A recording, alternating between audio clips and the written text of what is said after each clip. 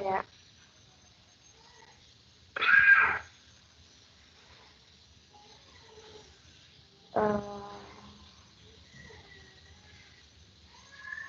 Resume-nya udah kelihatan? Udah, Kak. Sudah, Kak. Bismillahirrahmanirrahim. Assalamualaikum warahmatullahi wabarakatuh.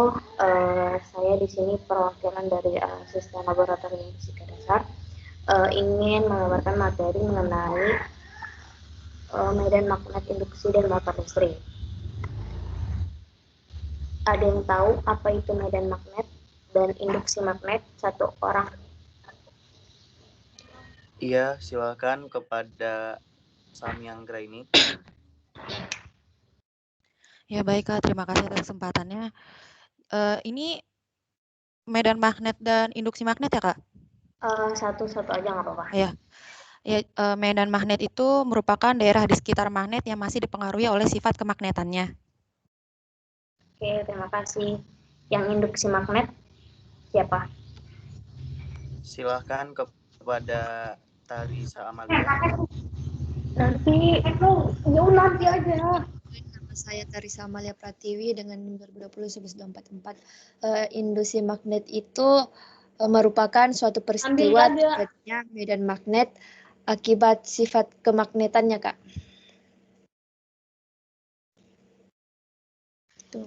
Dulu akibat arus listrik yang dialirkan pada konduktor, Kak. Itu, Kak. Oke. Terima kasih kepada yang sudah menjawab tadi. Jadi medan magnet adalah daerah di sekitar magnet yang masih dipengaruhi oleh sifat kemagnetannya.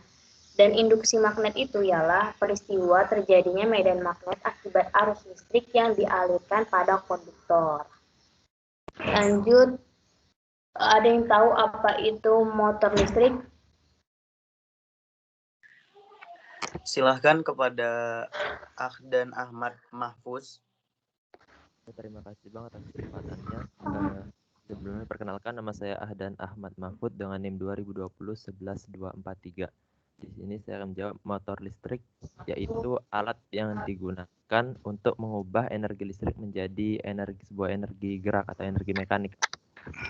Oke, terima kasih kepada Ahdan atas jawabannya. Ya benar, bahwa motor listrik itu adalah suatu alat yang mengubah energi listrik menjadi energi mekanik.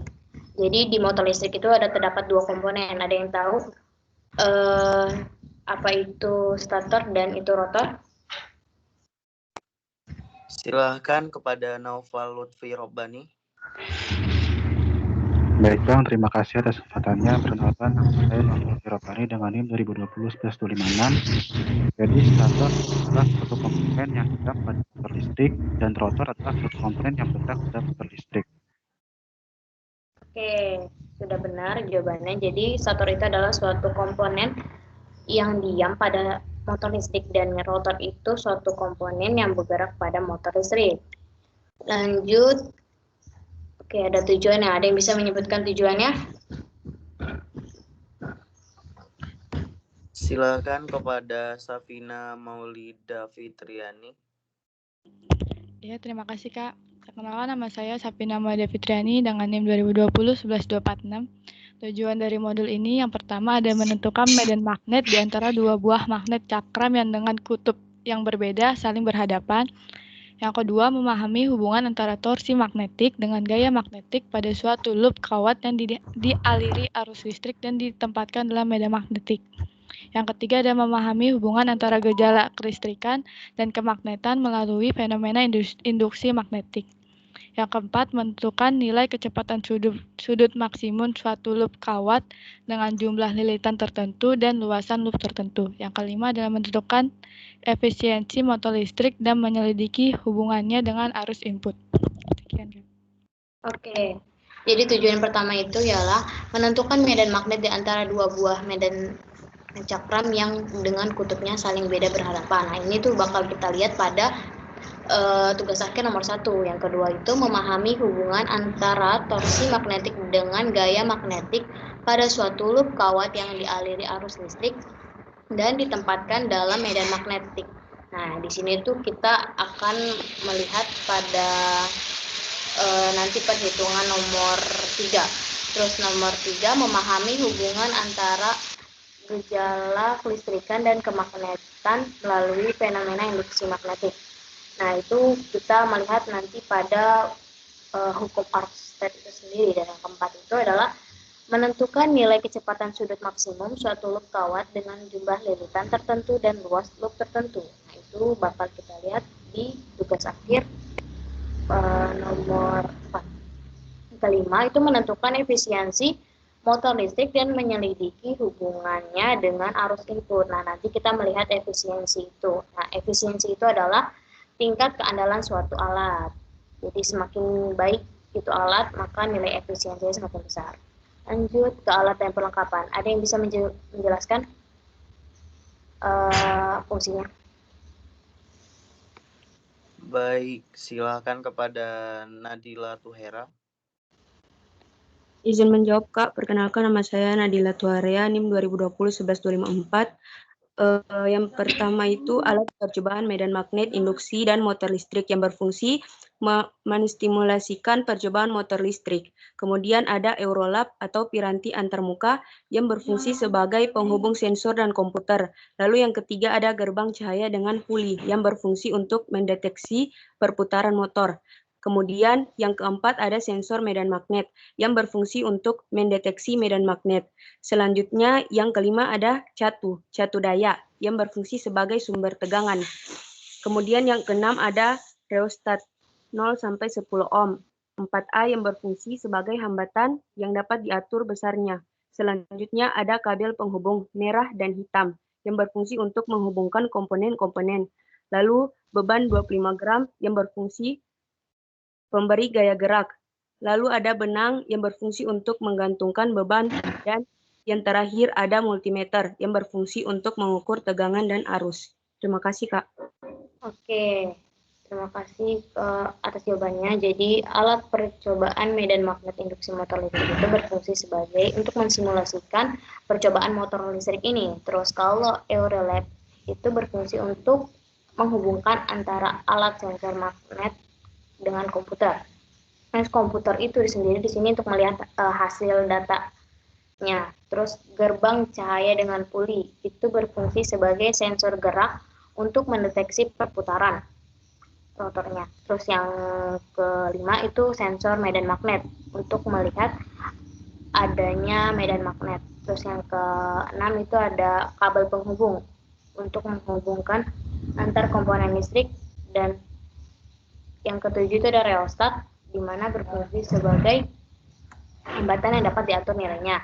Terus catu daya berfungsi sebagai menyuplai tegangan DC, dan selanjutnya itu ada benang. Benang ini di sini berfungsi sebagai benang, dan beban itu berfungsi sebagai memberi gaya berat.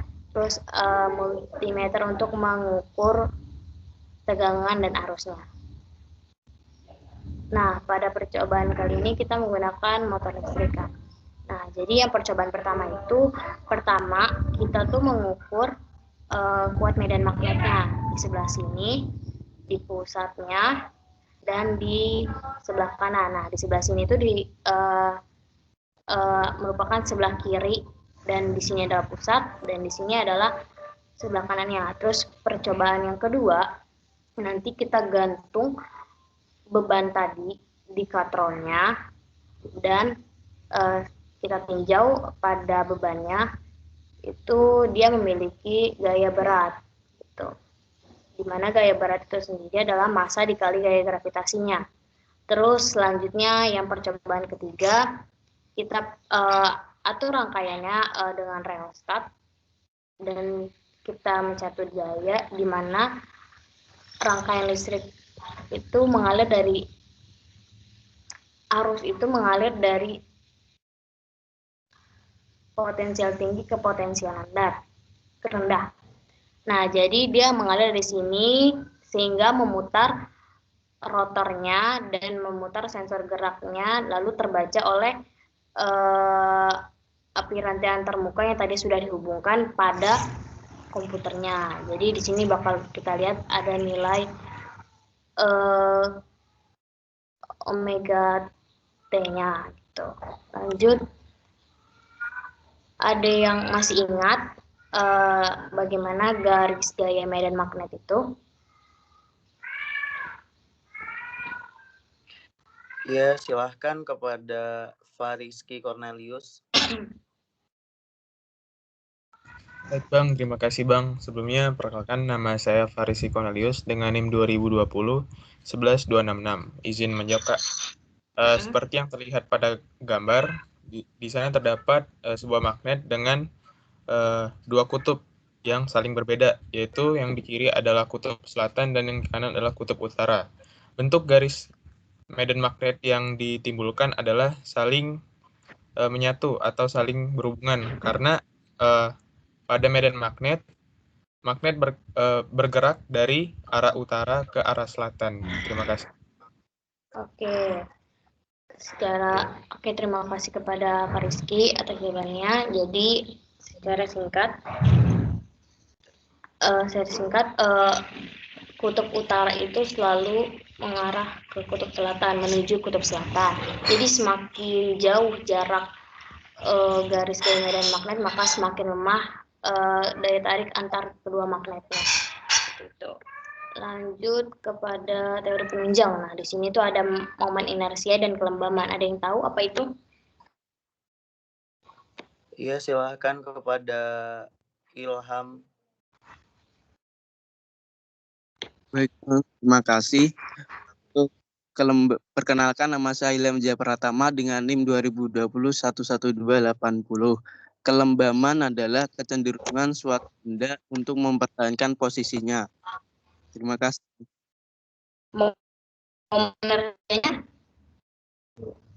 Momen inersia adalah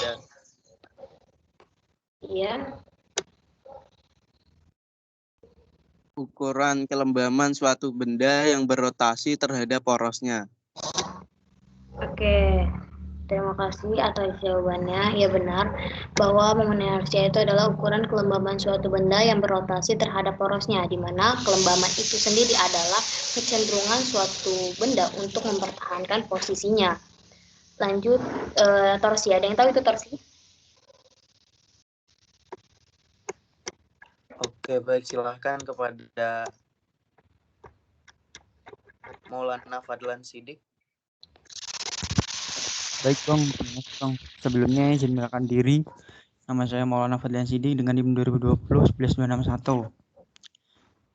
Torsi adalah sebuah besaran yang menyatakan besarnya gaya yang bekerja pada sebuah benda sehingga mengakibatkan benda tersebut berotasi.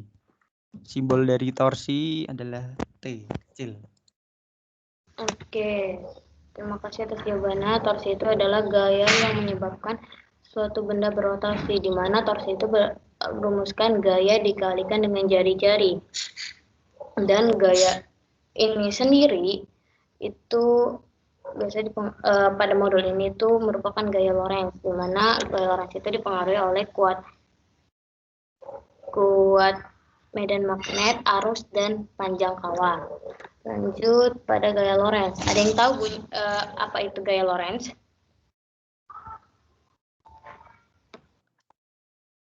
Silahkan kepada Maning Tias Setiabudi. Baik, perkenalkan nama saya Rizri Rahmani Tias Setiabudi dengan NIM 2020. Gaya Lorentz merupakan gabungan antara gaya elektrik dan gaya magnetik pada suatu medan elektromagnetik. Terima kasih. Oke, terima kasih atas jawabannya. Jadi, gaya Lorentz itu adalah apabila suatu penghantar dialiri arus listrik yang berada di sekitar medan magnet akan timbul gaya Lorentz, di mana kita biasanya mengenal gaya Lorentz itu menggunakan kaidah tangan kanan. Jadi, pada jari telunjuk itu menunjukkan kuat medan magnetnya, dan jari jempol itu menunjukkan arah arusnya, dan jari tengah itu menunjukkan gaya Lorentz-nya.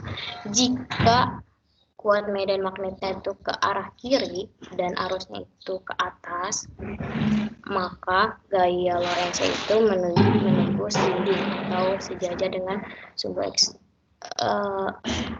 akan ke belakang. Ini arusnya, di sini F-nya, di sini B-nya, di sini F-nya. Oke. Iya, I itu adalah arah arus, B itu adalah arah medan magnetnya, dan F itu gaya Lorentz-nya. Lanjut ke hukum-hukumnya. Di sini ada 3 hukum. Aku minta satu orang untuk menjelaskan apa itu hukum Oersted, hukum Ohm, dan hukum konservasi energi.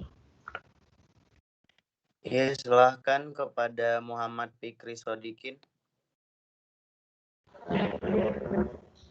Izin memperkenalkan diri, Kak dan Bang. Nama Muhammad Fikri Sodikin dengan NIM 2020-11235. Jadi hukum Oersted itu jika muatan listrik mengalir pada kawat akibat gaya magnetik di sekitar kawat tersebut berarus. Dan untuk hukum Ohm yaitu kuat arus dalam suatu rangkaian berbanding lurus dengan tegangan pada ujung-ujung rangkaian dan berbanding terbalik dengan hambatan rangkaian. Dan untuk hukum konservasi energi adalah hukum kekalahan energi merupakan hukum yang menyatakan bahwa energi itu kekal dan tidak dapat berubah besarannya sepanjang waktu dan memiliki nilai yang sama baik sebelum sesuatu terjadi maupun sesudahnya. Sudah, Kak. Terima kasih. Oke, terima kasih atas jawabannya. Iya, benar. Jadi hukum Oersted itu adalah apabila suatu penghantar dialiri arus listrik maka timbul medan magnet. Nah, di sini tuh terjadi ketika percobaan kedua, di mana kita menghubungkan rangkaian dengan satu daya dan kita atur hambatannya. Terus lanjut ke hukum Ohm. Nah, hukum Ohm di sini adalah pada suatu rangkaian tertutup apabila suatu penghantar diberi tegangan, maka akan timbul arus yang mengalir di penghantar tersebut yang besarnya sebanding dengan tegangan dan berbanding terbalik dengan arusnya. Nah, itu dapat kita lihat pada rangkaian pada percobaan nomor 3. Lanjut ke hukum konservasi energi, di mana hukum konservasi energi biasa kita kenal dengan hukum termodinamika 1 yang berbunyi energi tidak dapat diciptakan dan tidak dapat dihilangkan, tetapi energi dapat diubah dari suatu bentuk energi ke bentuk yang lain. Nah, ini itu kita bisa lihat pada motor listrik itu sendiri. Jadi motor listrik itu sendiri mengubah dari energi listrik menjadi energi mekanik. Itu.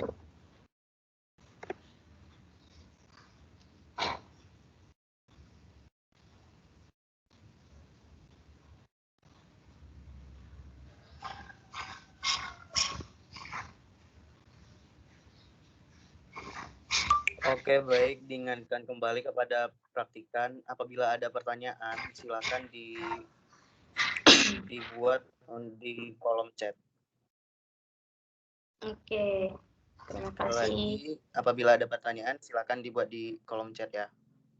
Lanjut, Oke, terima kasih kepada Bang Rizky. Oke, kita lihat pada data pengamatan di tabel 7.1 yang pada modul ini ya. Kita lihat bahwa di sini ada kiri, pusat, dan kanan. Nah, tadi sudah kita lihat bahwa kiri itu di sebelah kiri dari magnet cakram dan pusat itu di tengah-tengah magnet cakram dan kanan itu kanan dari magnet cakramnya. Yang tadi kita sudah lihat di situ dan ada juga di videonya.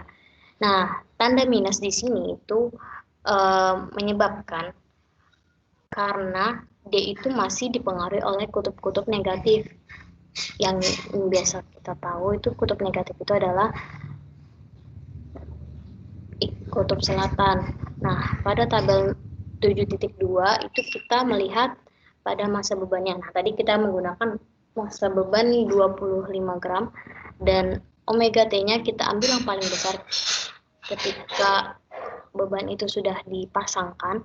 Lalu ada tabel 7.3. Nah, itu kita melihat panjang kumparannya, lebar kumparannya, lilitan kumparannya, dan massa dari kumparan itu. Dan 7.4 di sini ada I input dan I aktual, di mana I input itu adalah I yang kita atur, sedangkan I aktual itu I ketika rotor itu berputar gitu.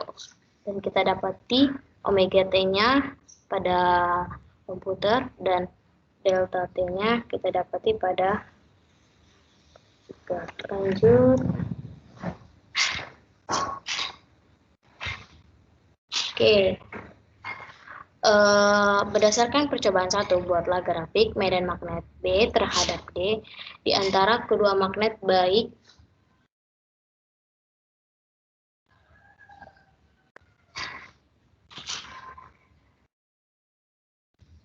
sebelah kiri, pusat, maupun kanan. Tentukan pula nilai medan magnet rata-ratanya. Jadi, kita contoh, misalkan kita di sini kan kiri. Oke, di sini kiri, di sini pusat. Di sini kanan. Jadi pada data itu diminta kiri dan 0 kiri dan 2,7. Jadi kita kasih garis ke sebelah kanan 0,7 mili Tesla. Sedangkan pada tabel misalkan tadi itu min 0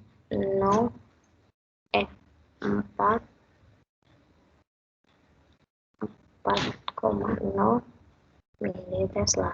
Jadi seperti itu. Nah, rata-ratanya itu kita lihat pada tiap posisi. Di sini ada kiri. Nah, nanti kita jumlah, habis itu dibagi dengan 1, 2, 3, ada 5. Sesuai dengan tabel pengamatannya. Terus yang pusat itu sama seperti yang kiri, kita jumlah, habis itu kita bagi 5. Terus yang kanan sama, kita jumlah, habis itu dibagi 5. Jadi di sini ada 3 perhitungan dan 3 perhitungan dan ada 18 gambar gitu. Lanjut kepada maksudnya 1 gambar tapi dengan arahnya ini ada 18 gitu. Lanjut ke nomor 2, tentukan besar gaya yang diberikan pada katrol, di mana rumusnya itu F sama dengan M dikali G, di mana masanya itu adalah massa dari beban yang tadi kita pasang pada katrol, dan G itu adalah gaya gravitasi yang besarnya 9,81 meter per sekon kuadrat. Nomor 3, tentukan besar torsi yang bekerja pada loop kawat, di mana torsi sama dengan gaya dikalikan dengan jari-jari, di mana gaya di sini kita menggunakan nomor 2, jawaban nomor 2, dan jari-jarinya itu sebesar 5 mm.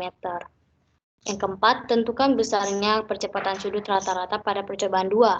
Pada percobaan 2 itu kita bisa melihat tabel 7.2, di mana A sama dengan omega T dikurangi omega 0 dibagi dengan delta T, di mana omega 0-nya itu ya 0. Terus nomor 5, tentukan besar momen inersia loop kawat menggunakan persamaan 4, di mana persamaan 4 itu inersia sama dengan torsi dibagi A, di mana torsinya itu tadi kita udah dapat pada perhitungan nomor 3 dan A itu dapat perhitungan nomor 4. Yang keenam, tentukan nilai efisiensi motor listrik untuk nilai arus input yang berbeda sesuai dengan tabel 4, di mana efisiensi itu ialah daya keluar sama dengan daya input dikali 100%, di mana daya input itu ialah torsi dikalikan omega T. Terus daya input itu tegangan dikali I input. Nah, itu kita lihat pada tabel nomor 4. Jadi di situ ada sekitar 5. Perhitungan 7, jelaskan mengapa medan magnet B pada titik di antara kedua kutub magnet tidak konstan. Nah, kita lihat tadi pada tabel 1 ada nilai minus. Nah, itu karena ada pengaruh dari kutub selatannya. Jadi kalian juga bisa tambahkan menurut analisa kalian kenapa. Terus nomor 8, apakah nilai efisiensi motor listrik dipengaruhi oleh kuat arus input? Iya, karena kita lihat pada rumus efisiensi itu di mana PI-nya itu ada nilai arus inputnya. Jadi kalian bisa analisa menurut pendapat kalian dari rumus yang tugas nomor 6. Gitu. Oke, ada yang bisa menyampaikan kesimpulan satu orang?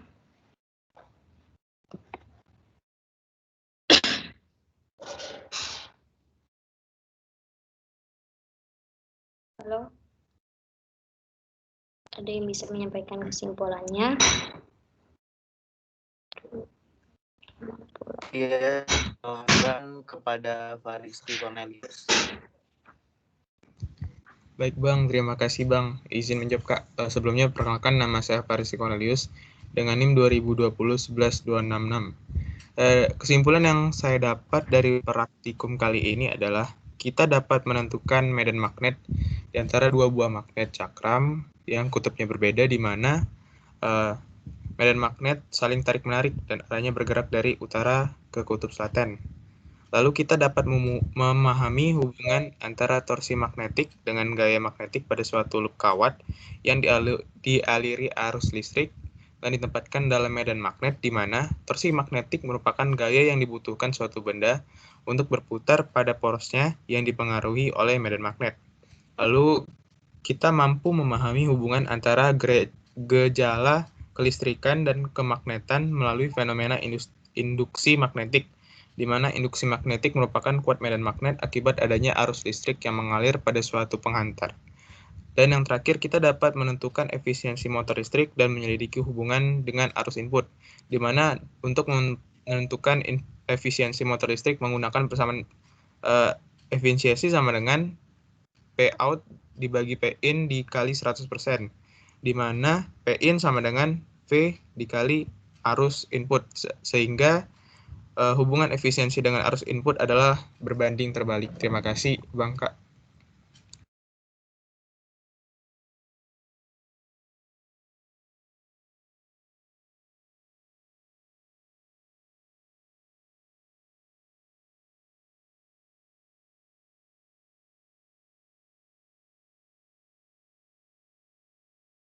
Oke, baik.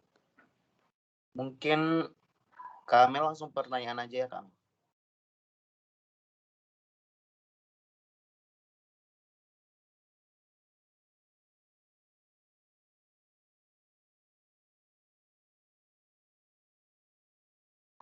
Halo. Suara saya masuk nggak? Masuk, Kak. Masuk, Bang. Masuk Bang.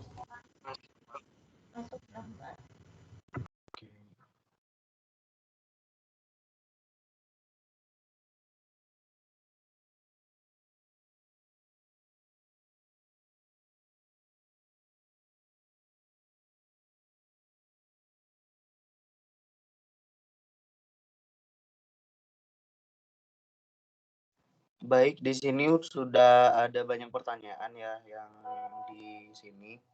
Nah, tapi untuk mempersingkat waktu, nanti di sini akan dijawab 2 aja. Kemudian yang lainnya nanti dijawab di kolom chat ya.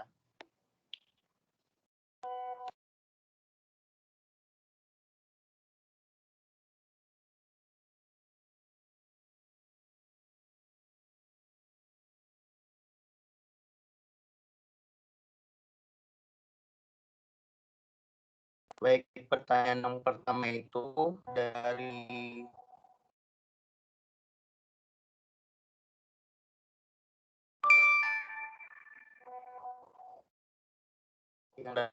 Dodo.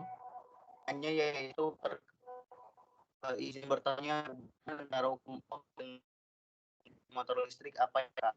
Dan contohnya apa gitu, Kak? Silakan Kak Amel.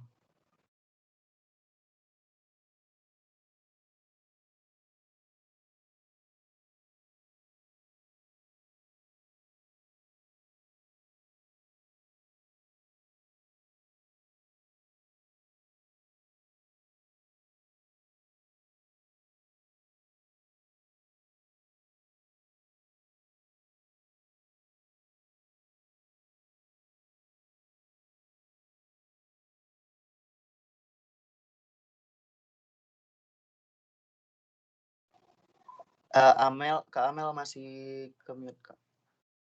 Belum di-unmute, Kak.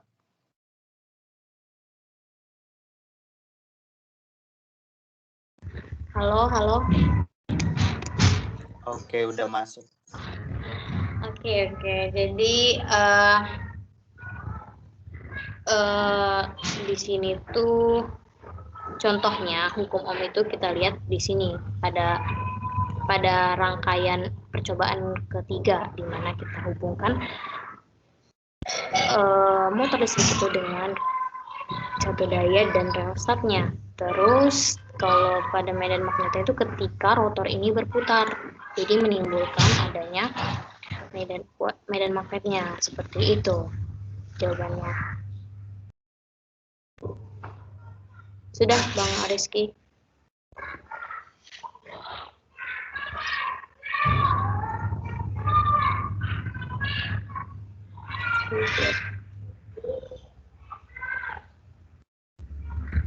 Oke, baik. Satu lagi ya, Kak. Iya. Ini ada pertanyaan dari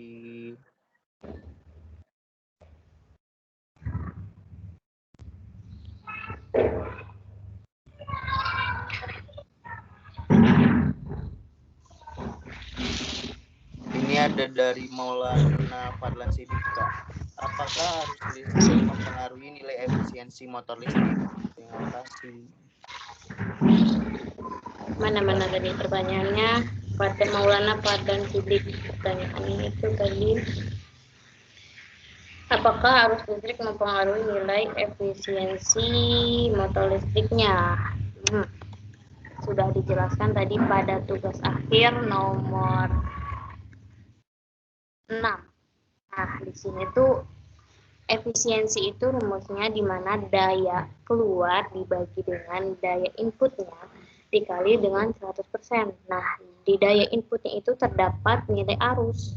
Nah, arus yang kita gunakan di sini adalah arus inputnya gitu. Apa sudah terjawab? Sudah, Kak. Terima kasih, Kak, atas jawabannya. Oke. Seperti yang sudah dibilang, nanti cukup sampai sini sesi pertanyaannya. Nanti untuk jawabannya yang belum terjawab akan dijawab secepatnya di kolom chat ya. Lebih kurangnya mohon maaf. Aku kembalikan kepada Kak Elita.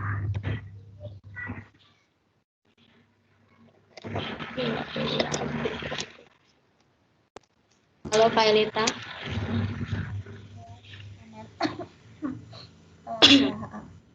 Oke, makasih ya Amel atas penjelasan PPT-nya. Kita akan kembali lagi ke absen. Jadi, oh ya, nanti untuk beberapa pertanyaan yang lain akan dijawab di meeting chat ya, jadi tenang aja. Dan saya lihat tadi pertanyaannya ternyata udah ini ya, udah mengarah ke semester 6 gitu sih kalau saya lihat. Pertanyaannya siapa aja nih?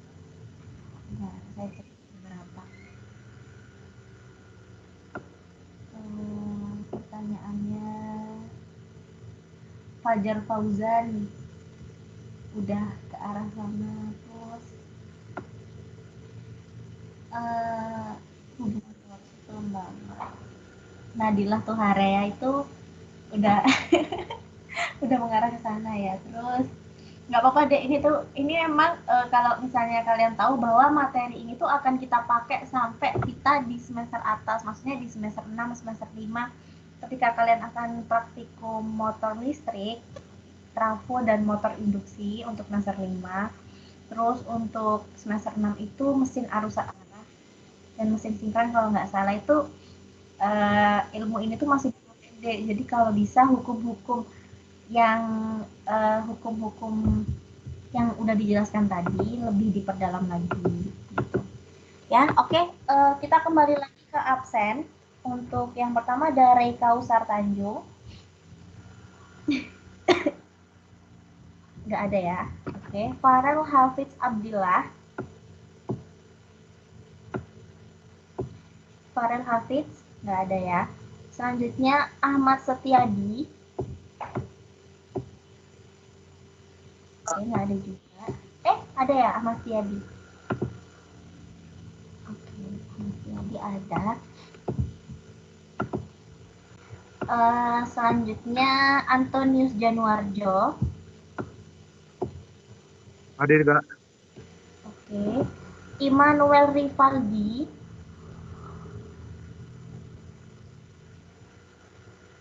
Nggak ada ya. Terus Safina Maulida. Safina nggak ada ya. Mana sini? Udah azan ya di daerah kalian. Terus Hadir. siapa tuh? Safina, maaf Kak, sinyal lagi jelek Kak. Oh ya. Lagi daerah mana Safina?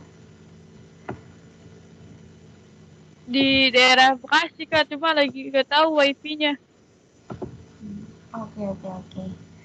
Pram Eril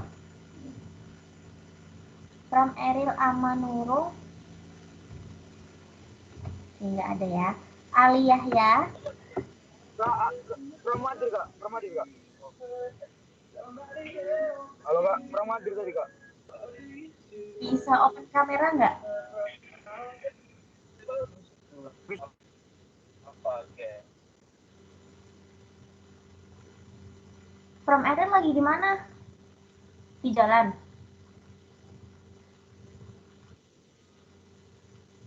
Pram Eril. Iya, diingatkan sekali lagi ya. Ini tuh kita lagi praktikum, Dek, bukan main-main. Saya solo pakai. Kenapa? Saya sambil dengar praktikumnya. Saya perhatikan juga. Oh ya. Oke, kalau gitu hukum Orsted gimana bunyinya?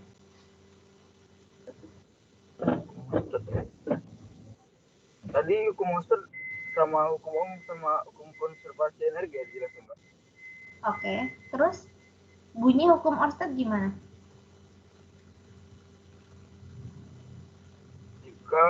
Jika muatan listrik mengalir pada kawat pengantar konduktor, maka akan timbul akibat gaya magnetik di sekitar kawat berarus tersebut.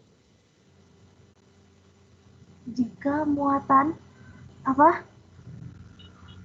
Jika muatan listrik mengalir pada kawat pengantar konduktor, maka akan timbul akibat gaya magnetik di sekitar kawat.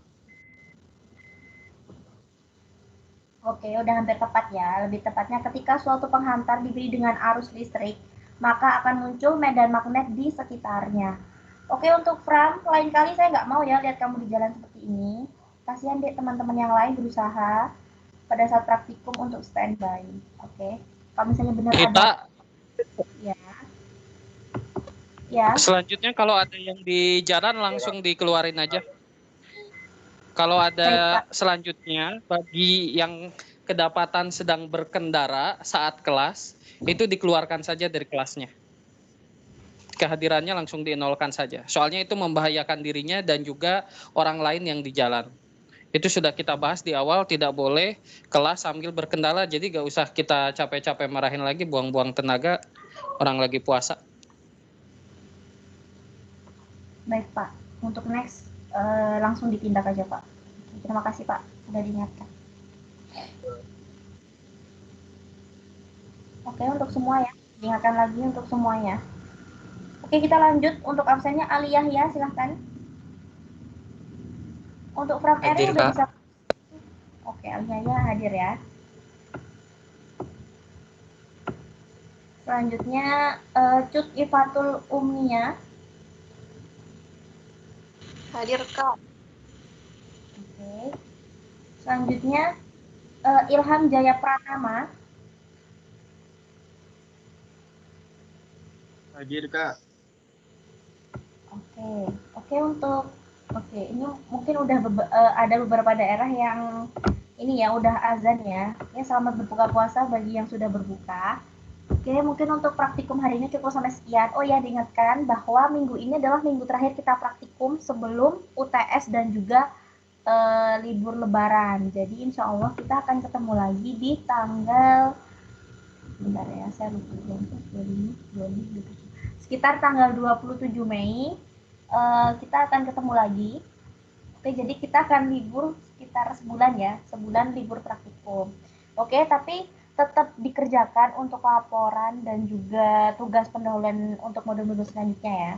Oke, mungkin cukup sekian. Mohon maaf jika ada kesalahan. Minal aidin wal faizin. Wassalamualaikum warahmatullahi wabarakatuh. Oke, udah bisa live deh. Waalaikumsalam warahmatullahi Wabarakatuh. Makasih, Kak. Terima kasih, Kak. Makasih, Kak. Ya. Makasih Kak, izin live ya Kak.